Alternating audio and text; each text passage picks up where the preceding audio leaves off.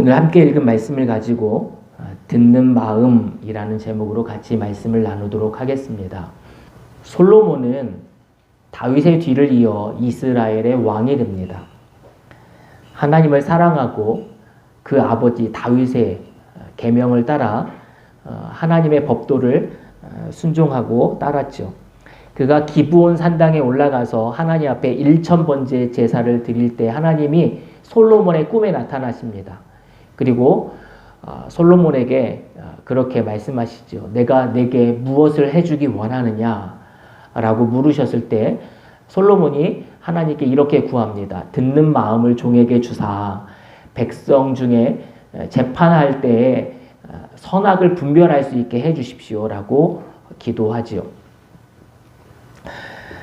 하나님은 이 솔로몬의 기도가 마음에 들었습니다. 그래서 하나님이 너는 오래 사는 장수를 구하지도 않고 부귀영화를 구하지도 않고 원수들이 너 앞에서 패하는 승리를 구하지도 아니하고 백성들을 잘 다스릴 수 있도록 송사, 재판을 잘할 수 있는 지혜를 구하니 내 마음이 기쁘다라고 말씀을 하시면서 솔로몬에게 지혜롭고 총명한 마음을 주시게 됩니다. 송사를 듣고 지혜를 구한 솔로몬에게 하나님이 지혜롭고 총명한 마음을 주시게 되죠. 결국 듣는 마음이라고 하는 것은 지혜롭고 총명한 마음이라고 할 수 있습니다.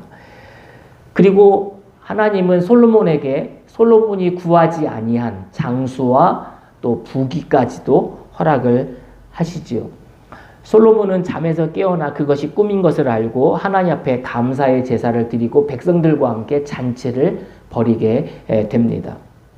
자, 여기서 듣는 마음, 솔로몬이 하나님에게 구했던 듣는 마음이라고 하는 것은 무엇일까? 라는 것을 한번 생각해 보는데, 듣는 것은 사실 귀로 하죠. 눈은 보는 거고, 손은 만지는 거고, 귀는 듣는 거예요. 그러면 솔로몬이 기도할 때 하나님 잘 들을 수 있는 귀를 주세요 라고 말하지 않고 듣는 마음을 달래요. 듣는 것은 귀로 듣는 게 아니라 마음으로 듣는 것이라고 솔로몬은 생각했던 거죠. 그래서 솔로몬은 하나님 앞에 듣는 마음을 달라라고 기도를 하게 됩니다. 결국 듣는 마음이라고 하는 것은 소리를 잘 분별할 수 있는, 그러니까 소리를 놓치지 않고 잘 들을 수 있는 마음이 아니라 그것을 듣고서 헤아릴 수 있는 지혜의 마음을 말하는 거죠. 뿐만 아니라 듣는 마음이라고 하는 것은 열린 마음을 말하는 겁니다. 아무리 옆에서 무슨 말을 해도 들리기는 하지만 그것을 경청하여 듣지 않는다면 듣는 마음이 아니겠죠. 듣는 마음이라고 하는 것은 열린 마음, 수용적인 태도, 그리고 그 말에 대해서 내가 전적으로 따르고 동의한다라고 하는 그런 마음의 자세가 바로 열린 마음, 듣는 마음이겠죠.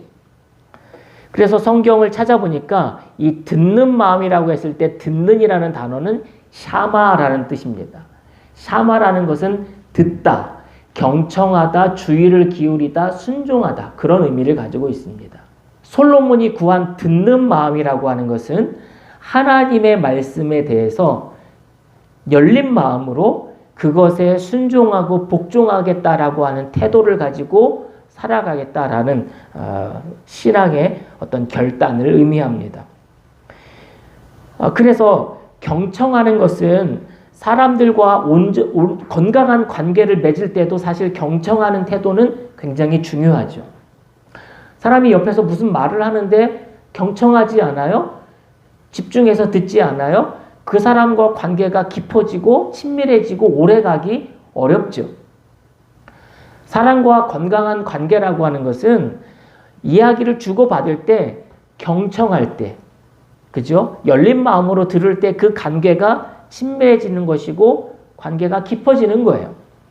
하나님과의 관계도 마찬가지죠. 하나님이 말씀하실 때 열린 마음으로 듣는 거예요. 그리고 그것을 경청하고 그 말씀대로 순종하며 살아가겠다라고 하는 마음의 태도와 의지를 갖는 것.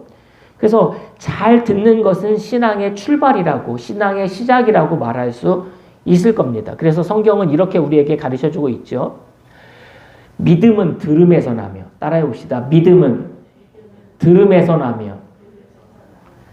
믿음은 내가 성경을 많이 연구한다고 되는 게 아니에요. 내가 믿음을 가져야지라고 각오하고 다짐을 한다고 믿음이 생기는 게 아니에요. 믿음은 하나님의 말씀을 들을 때 생기는 거예요.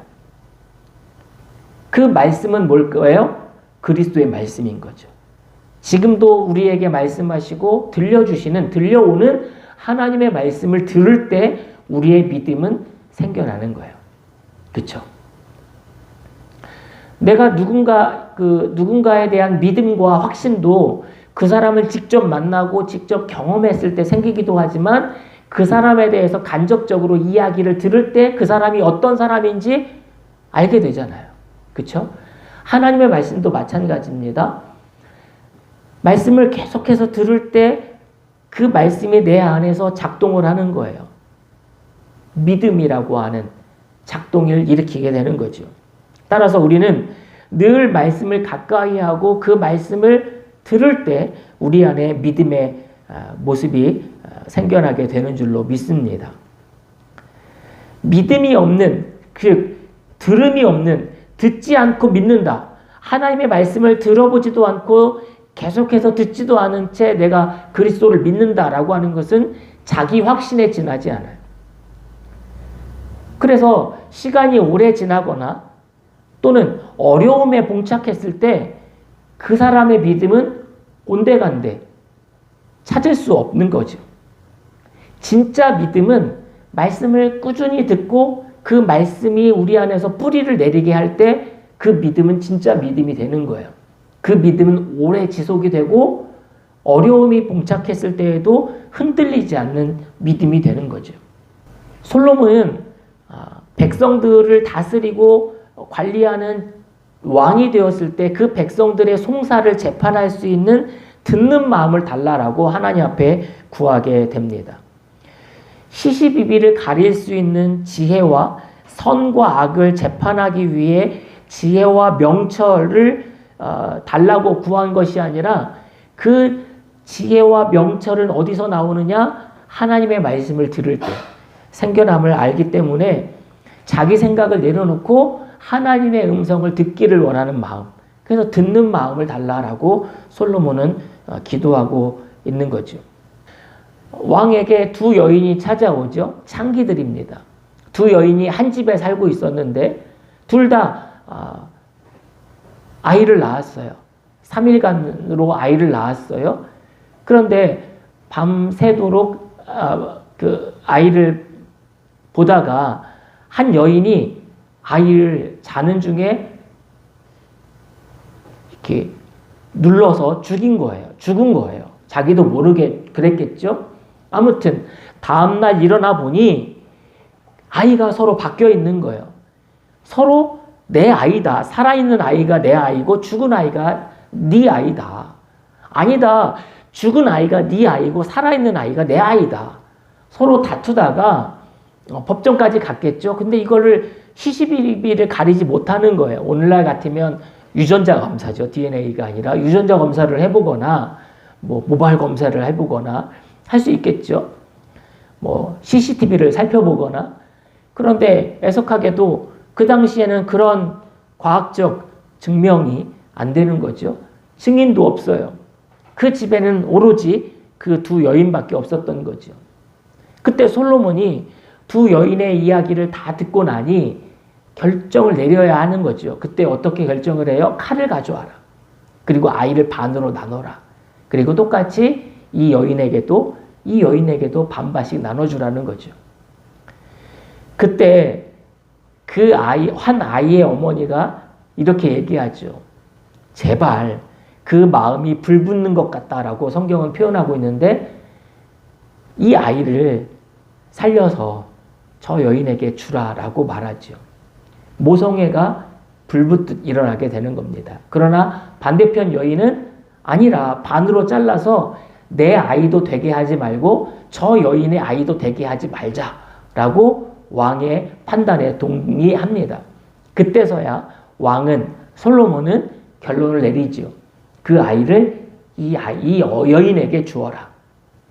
이 여인이 진짜 부모다, 어미다 라고 판결을 내리죠.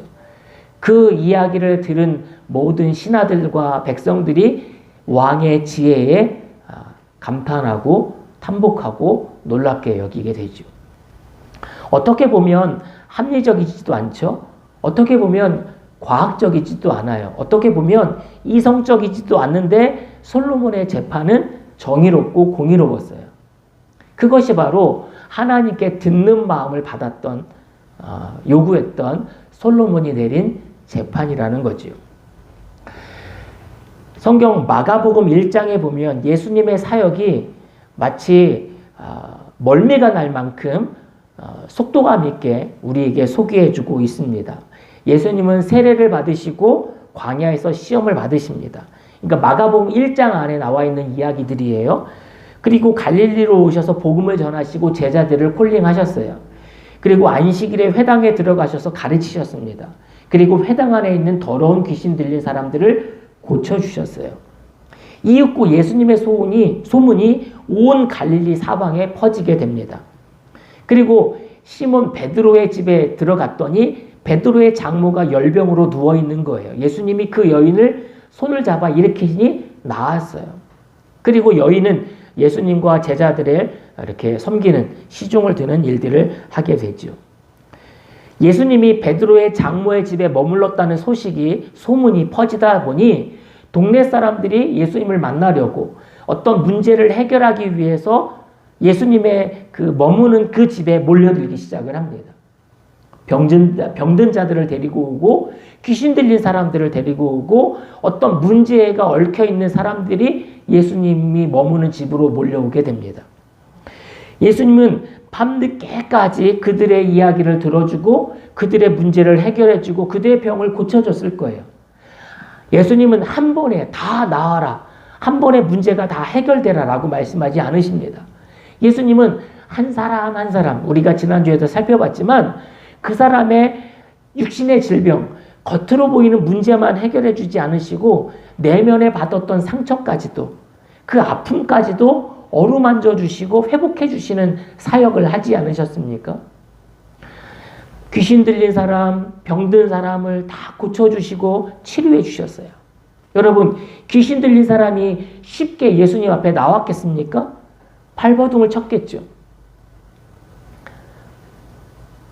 고래고래 소리를 지르면서 난리법석을 떨었겠죠. 그런 돗대기 시장 같은 그런 밤을 보내고 아마 밤늦게까지, 새벽까지 아마 그런 일들이 예수님의 사역이 펼쳐졌을 것 같아요. 그리고 새벽에서야 예수님은 잠자리에 드셨을지 모릅니다. 밤늦게 그렇게 모든 사역을 다 마치고 사람들이 집으로 돌아간 후에야 예수님과 제자들은 잠자리에 들 수 있었을 것입니다. 예수님은 다음날 몇 시에 일어나셨을까요? 언제쯤 일어나셨을까요? 성경에 보니까 성경에 이렇게 기록하고 있어요. 아주 이른 새벽에 예수님께서 일어나셔서 외딴 곳으로 나가셔서 거기서 뭐 하셨더라? 기도하셨더라. 아주 이른 새벽도 아니에요. 아주 이른 새벽이에요. 그렇게 자정을 넘겨서 밤늦게까지 쉴 틈 없이 식사할 겨를조차 없이 사역하셨던 예수님은 다음날 아주 이른 새벽에 일어나셨어요. 알람을 맞춰주셨을까요? 옆에서 누가 깨워주셨을까요? 그러지 않으셨어요. 자동적으로 일어나셨어요. 그건 왜 그래요? 예수님이 새벽에 일어나는 습관이 있었기 때문에 습관적으로 일어나신 거예요. 뭐 밤새도록 고민하거나 어떤 염려 속에서 밤을 뒤척이다가 밤잠을 못 자서 새벽을 꼬박 세우고 일어나신 게 아니에요. 잠깐이지만 푹 주무시고 아주 이른 새벽에 일어나신 거예요. 뭐 하려고? 기도하시려고. 그것도 일어난 그 침상에서 기도하지 않으시고 정해진 자리, 늘 가던 자리에 가셔서 기도하셨어요. 무슨 기도하셨을까요? 밤새도록 지난밤에 만났던 사람들의 이야기를 떠올리시면서 그들의 안타까운 상황을 하나님 앞에 올려드렸겠죠. 그리고 그들이 다시는 그런 죄를 범하거나 그런 안타까운 상황에 놓이지 않도록 하나님께 구했을 거예요. 뿐만 아니라 하루 일과를 하나님 앞에 맡기면서 하나님 오늘 하루는 누구를 만날 것인데 오늘 하루는 어떤 일이 펼쳐질 것인데 우리가 어떻게 하면 좋을까요? 라고 하나님께 의견을 묻고 하나님의 뜻을 묻는, 그리고 하나님으로부터 들려오는 음성을 듣는 시간을 가져주셨겠죠. 예수님은 그렇게 일과를 시작하셨어요. 하루를 출발하셨어요. 예수님은 그렇게 하나님께 묻고 하나님의 음성을 듣는 기도를 소홀히 여기지 않으셨습니다. 바쁘면 바쁠수록, 힘들면 힘들수록 그런 일들을 계속해서 이어가셨습니다. 조용한 시간, 홀로 하나님의 음성에 집중할 수 있는 그 시간을 고집하시고 그 시간을 사수하셨어요. 예수님은 하나님과 친밀한 시간을 가질 수 있는 그 새벽 시간을, 기도 시간을, 기도의 자리를 고집하시면서 결코 기도를 가볍게 여기지 않으셨던 거죠. 그럼 예수님의 마음의 기본적인 태도는 뭘까요? 하나님의 말씀에 순종하겠다라고 하는 태도인 거죠. 기도하는 사람이 기본적으로 가져야 할 태도와 자세는 뭐예요? 하나님이 말씀하시면 예스죠. 하나님의 말씀을 한번 들어보고 내 뜻과 맞으면 예스고 내가 원하는 방향이 아니면 노라고 말하면서 기도하는 사람은 없을 겁니다. 그렇죠?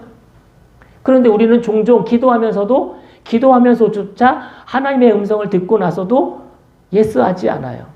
걸러서 들을 때가 있죠. 그러나 예수님은 그러지 않으셨어요. 예수님은 철저하게 묻고 기도하고 응답받을 때 예스였어요. 그것이 진정한 듣는 마음인 거죠. 예수님에게서 우리는 듣는 마음이 무엇인지를 배울 수 있는 거예요. 자, 정리해 볼게요. 솔로몬이 하나님 앞에 듣는 마음을 구했어요. 그쵸? 부귀와 장수와 승리를 구하지 않고 이제 왕이 됐으니 백성을 잘 다스릴 수 있도록 듣는 마음을 달라고 하나님 앞에 기도했어요. 거기서 말하는 듣는 마음은 뭘까요? 백성들의 마음을 자기 생각에 앞세워서 듣지 않고 자기 경험과 자기 판단에 앞세우지 않고 하나님이 어떻게 하기를 원하시는지를 열린 마음으로 듣겠다는 거죠. 백성을 다스리겠다는 거예요. 그게 바로 듣는 마음인 거죠. 신약 성경에 와서 예수님에게서 진정한 듣는 마음이 무엇인지를 우리는 발견할 수가 있어요. 그것은 예수님이 그 피곤한 와중에도 하나님 앞에 기도의 자리를 사수하며 기도를 고집한 이유가 하나님 앞에 늘 듣는 마음으로 사셨구나. 예수님조차도. 그쵸? 예수님이 뭘 모르셨겠습니까? 뭐가 부족하셨겠습니까? 그럼에도 불구하고 하나님과 친밀한 관계를 유지하고 회복할 수 있는 그 시간을 고집하면서 듣는 마음으로 하나님 앞에 기도했어요. 우리는 기도 그러면 늘 하나님 앞에 뭔가 요구하고 뭔가 전달하고 뭔가를 하소연하고 나의 어떤 상태를 하나님 앞에 전달하는 것이 기도라고 생각하지만 진정한 기도는 하나님으로부터 듣는 거예요. 그게 예수님의 기도였고 우리가 닮아가야 할, 우리가 품어야 할 모습이라고 하는 거죠.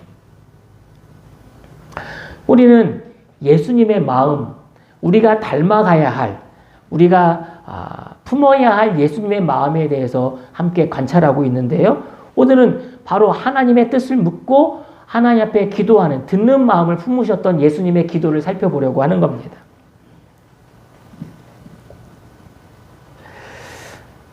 하나님은 여전히 우리 가운데 말씀하고 계시지요. 그 말씀을 듣는 귀가 아니라 듣는 마음이 필요한 거예요.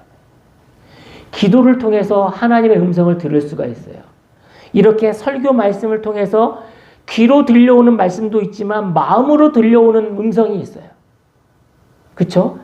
우리가 경건서적을 읽어도 그렇고 누구와 대화를 나누면서도 그렇고 길을 가면서도 그렇고 내 마음으로 들려오는 소리들이 있어요. 하나님이 들려주시는 소리들. 그 소리들에 민감하게 예민하게 반응할 수 있는 자들이 바로 믿음을 가진 사람들인 거죠. 듣는 마음을 소유한 사람들인 거예요. 때로는 폭풍처럼 들려오는, 천둥처럼 들려오는 하나님의 음성이 있는가 하면 때로는 세미한 음성으로 정말 귀를 기울이지 않으면, 정말 열린 마음으로 자세하게 듣지 않으면 들리지 않는 하나님의 음성이 있을 수 있습니다.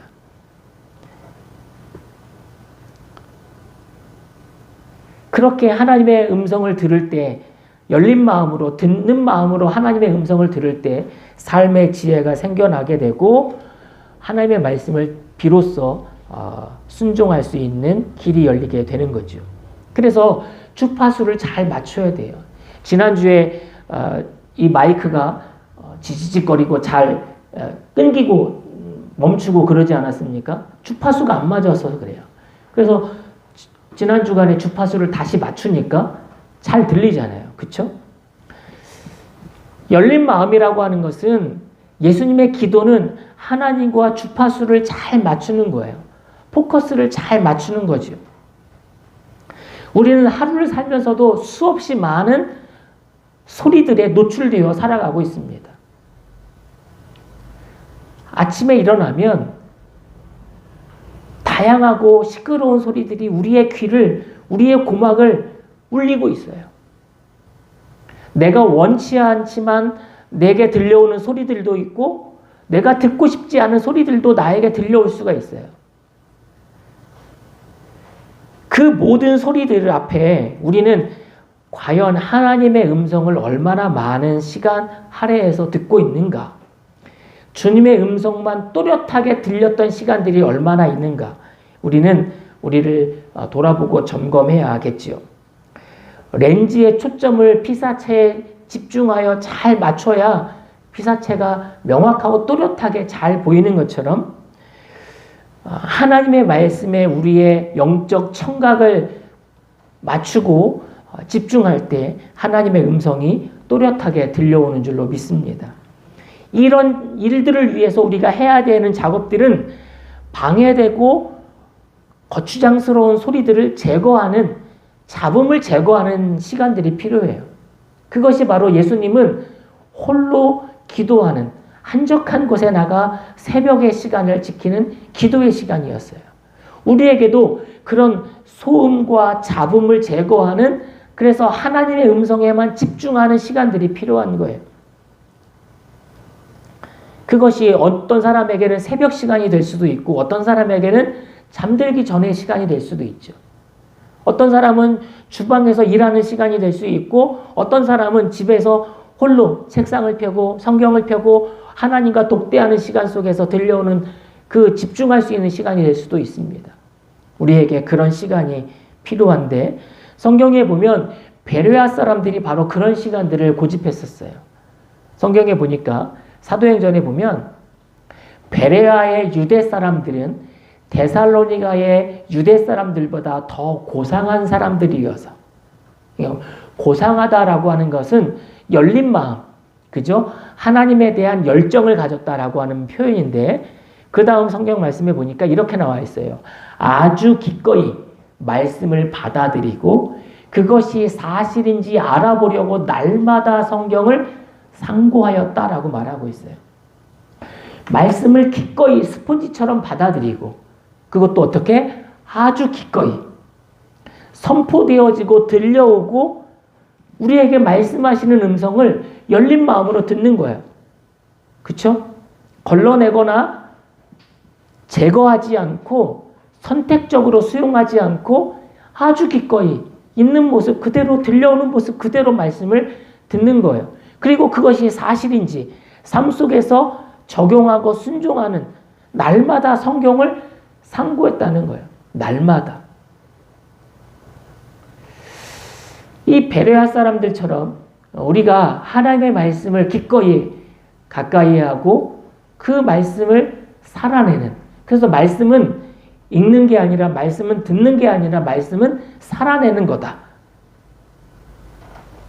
그런 말씀을 드린 적 있지 않습니까? 말씀은 아무리 많이 들어도 소용이 없어요. 말씀은 아무리 많이 읽어도 소용이 없어요. 그 말씀을 살아내지 않으면. 그 말씀을 삶 속에서 살아내지 않으면 아무 의미가 없는 거예요.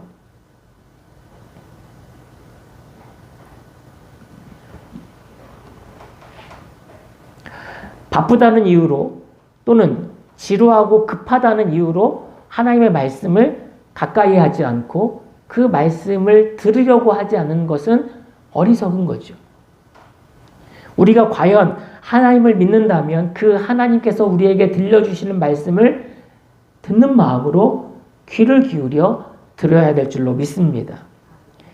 시간이 아깝다고 바쁘다고 내가 예를 들어서 누군가를 사랑하는데 그 사랑하는 사람과 데이트하는 시간을 다른 사람에게 맡길까요?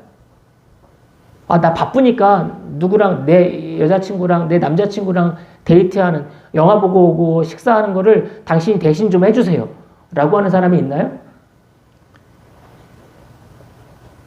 씹는 일이 귀찮다고 배고프지만 이 음식을 나 대신 좀 먹어줄 사람이 있을까요?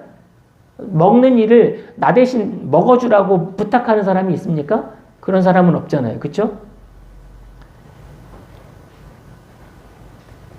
집 나가면 개고생이라고 쉬는 게 싫다고 휴가를 나 대신 갔다 오라라고 말하는 사람은 없잖아요. 말씀을 깊이 묵상하고 반복해서 묵상하며 하나님의 음성을 듣는 일은 때로는 분주하지만 바쁘지만 때로는 귀찮지만 우리가 늘 잊지 않고 해야 되는 일인 거죠. 그게 바로 듣는 마음을 가진 사람들, 듣는 마음을 소유한 사람들이 가져야 할 삶의 태도라고 하는 겁니다. 예수님은 피곤해도 바쁠수록 더 많은 시간을 할애해서 그렇게 하나님과 시간을 함께 보내고 하나님의 음성을 들었어요. 아모스 선지자가 이런 말을 했습니다. 주 여호와의 말씀이니라 보라 날이 이를지니라 내가 기근을 땅에 보내리니. 기근은 우리가 보통 아는 기근은 뭐예요? 비가 오지 않고 가뭄이 들어서 땅이 쩍쩍 갈라지는 걸 기근이라고 말하지 않습니까? 그런데 아모스 선지자가 하나님의 말씀을 대언하는데 하나님이 이 땅에 기근을 보낼 거라는 거예요. 근데 그 기근은 우리가 알고 있는 기근이 아니죠. 양식이 없어 주림이 아니며 물이 없어 가람이 아니요 여호와의 말씀을 듣지 못한 기갈이라. 하나님의 말씀을 듣지 못한 영혼은 기근이에요. 영적 기근, 영적 가뭄의 때, 영적 가람의 때를 만나게 될 거라는 거예요. 우리 영혼은 그렇다는 거죠. 하나님의 말씀을 듣지 못하는 기갈, 영적 가뭄의 상태에 머무를 수 있다는 거예요. 내 육체는 영양지고 기름지고 값진 것들을 먹음으로 인해서 건강하고 윤기가 나고 살이 찔 수 있어요. 그러나 하나님의 말씀은 듣지 않아요. 그 사람 영적 기갈의 상태, 영적 기근의 상태에 머물러 있는 거죠. 어쩌면 영적 아사 상태에 머물러 있을지도 몰라요. 우리 눈에 보이는 우리 육신은 그렇게 관리하는데 우리 눈에 보이지 않는 우리 영혼은 어떻게 관리되고 있는지 우리 스스로 돌아봐야 하는 거죠. 아모스 선지자가 하나님의 말씀을 대언하는 것처럼 이 민족이 하나님의 말씀을 듣지 않아서 영적 기갈을, 영적 가뭄의 때를 만나게 될 거다. 얼마나 무서운 말입니까? 하나님의 백성이 하나님의 말씀을 듣지 않아요. 그 영적 가뭄의 때, 굶주림의 때를 만나게 되는 거죠. 예수님은 금식하시고 광야에서 사탄에게 3번에 걸쳐서 시험을 받으셨습니다. 이 돌덩이가 떡이 되게 하라. 높은 데서 떨어져 봐라. 나에게 절해봐라. 세상 만국을 다 내게 주겠다. 그렇게 시험하는 사탄을 예수님은 뭐라고 물리치셨죠? 어떤 방법으로 물리치셨죠? 성경에 이르기를, 성경에 말씀하시기를, 하나님의 말씀에 있기를. 늘 예수님은 성경 말씀을 가져다가 사탄의 유혹을 물리치셨고 사탄의 시험을 이기셨어요. 그리고 사람들이 예수님을 헐뜯고 비난하고 시험할 때도 늘 성경을 인용하셨어요.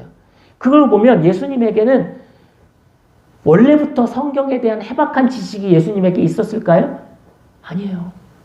예수님은 어렸을 때부터 성경을 묵상하고 성경을 공부하고 성경을 가까이 하고 말씀을 터득하는 시간들을 가지셨어요. 그리고 그것을 적재적소에 적절한 타이밍에 어느 성경을 가져다가 쓰실지를 아셨어요. 그만큼 성경 활용 능력이 예수님에게 있었던 거죠. 그건 하루 이틀 만에 쌓인 실력이 아닌 거죠. 예수님에게 이런 능력이 있었던 것은 지속적으로 말씀을 가까이 하시고 연구하시고 공부하시고 그것을 습득하심으로 인하여 적재적소에서 사용할 수 있는 능력이 배양되신 거예요. 요즘 우리야 스마트폰 시대를 살아가면서 몇 번만 클릭하면 모든 정보를, 모든 세계를 다 공유할 수 있고 살펴볼 수 있지 않습니까? 그러다 보니 요즘은 핸드폰 번호도 스마트폰 번호도 외우지도 못해요. 그쵸? 저 여기 있는 분들 핸드폰 번호 아무도 몰라요. 와이프 거밖에 몰라요. 번호 몰라요. 그쵸? 여러분들은 몇 개나 외우고 계시나요? 잘 몰라요. 하나님의 말씀은 어떤가요? 하나님의 말씀은 그래도 예전에는 성경 말씀을 외운다고 많이 외웠어요. 근데 시간이 지나면서 외우기도 어렵지만 외우려고 하지 않아요. 여러분이 암송하고 있는 성경은 몇 구절이나 될까요? 예전에도 한번 예화로 들었지만 사탄이랑 옆에 나란히 앉아서 암송하고 있는 성경 구절을 써보기 시작을 하면 몇 구절이나 쓸 수 있을까요? 누가 이길까요? 사탄이 이길 거라고 봐요. 사탄도 예수님을 시험할 때 뭘로 시험했어요? 성경 말씀으로 시험했어요. 그렇죠? 시편에 있는 말씀을 가져다가 높은 성전 꼭대기에서 뛰어내려 봐라. 주의 천사가 내 발이 땅에 닿지 않도록 붙들어 주실 거다. 성경에서 인용해서 사탄이 시험했어요. 사탄도 성경을 그만큼 알고 있는데 우리는 성경을 얼마나 많이 알고 있는가? 알고 있는 영어 단어는 많이 줄줄이 쓸 수 있고 내가 외우고 있는 노래 가사는 줄줄이 쓸 수 있지만 성경 말씀은 얼마나 쓸 수 있는가? 한번 돌아보고 점검해 봐야 하겠죠.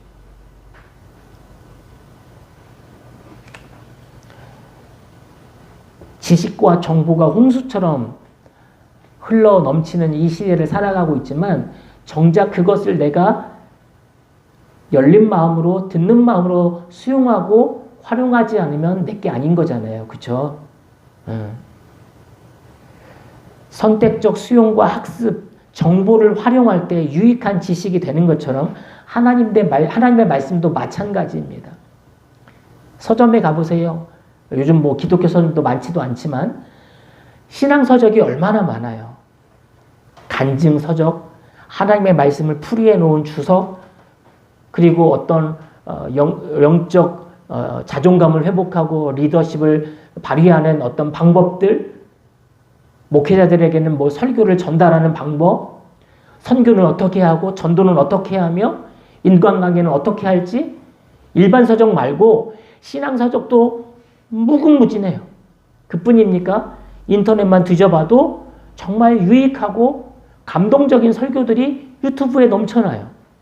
사실 힘들게 어렵게 이 자리에 피곤하게 나와서 앉아있을 필요도 없어요. 집에서 유튜브만 틀으면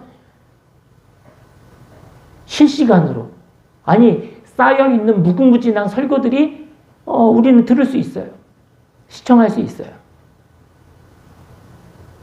그냥 평범한 설교들이 아니라 우리의 영혼을 깨우고 우리에게 감동을 주고 눈물을 흘리게 하고 웃게 하는 그런 설교들이 얼마나 많아요.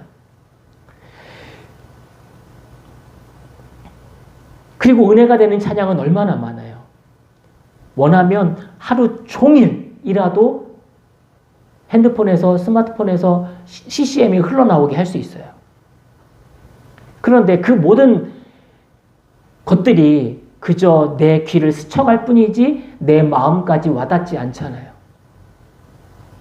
중요한 건 뭐예요? 듣는 마음을 가지고, 열린 마음을 가지고 그 말씀을 받아들일 때 내 안에 뿌리를 내리고 씨앗이 자라서 열매 맺게 되는 거예요. 아무리 많이 들어도, 아무리 많이 내 귀를 스쳐가도 그걸 내가 품지 않으면 내게 아닌 거죠. 마음으로 듣고 중심에서 듣지 않으면 그것을 깨닫고 삶의 변화까지 연결되지 않는 법입니다. 그저 스쳐가는 소리에 지나지 않을 뿐인 거죠. 흘러가는 강물에 지나지 않을 뿐입니다. 그래서 예수님은 복음서에 보면 예수님이 이런 말씀을 4번이나 하셨고 요한계시록에도 4번 나와요. 총 8번 나오는 말씀이 뭐냐면 또 이르시되 들을 귀 있는 자는 들을지어다. 귀 있는 자는 들을지어다. 이게 무슨 얘기 같아요? 들을 귀 있는 자. 귀가 있다고 해서 다 듣고 있는 게 아니라는 거죠. 들을 귀 있는 자. 즉 듣는 마음으로 듣는 사람은 들을지어다. 열린 마음으로 들을 자세가, 들을 준비가 되어 있는 사람은 들으십시오. 이야기하는 거예요. 누구에게나 다 귀는 있죠.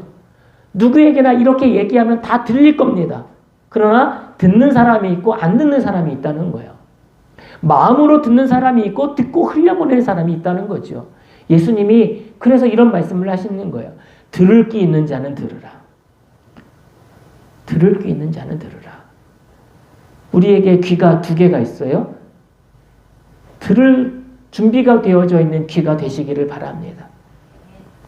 눈은 눈꺼풀이 있어요. 그렇죠? 그래서 선택적으로 볼 수 있어요. 내가 보고 싶지 않은 장면은 눈 감으면 안 보여요. 그렇죠? 근데 귀는 어때요? 항상 열려 있어요. 무슨 소리든 어떤 소리든 항상 들을 수밖에 없어요. 그럼에도 불구하고 듣는 귀는 듣고 싶은 것을 선택적으로 듣는 마음이 필요한 거예요. 오늘 성경 말씀 마지막 절에 보면 요한계시록에 보면 이런 말씀이 나와 있죠. 같이 한번 읽어봅시다. 시작. 이 예언의 말씀을 읽는 사람과 듣는 사람들과 그 안에 기록되어 있는 것을 지키는 사람들은 복이 있습니다. 믿음 생활은, 신앙 생활은 이 3개가 있어야 균형적으로 흘러가는 거예요. 이 3개가 항상 균형이 잡혀야 건강한 믿음, 건강한 신앙이라고 할 수 있어요. 읽는 사람들, 듣는 사람들, 그것을 지키는 사람들. 하나에 치우치지 않고 이것이 균형을 잡을 때 그 사람의 믿음은 성장해 가는 거죠.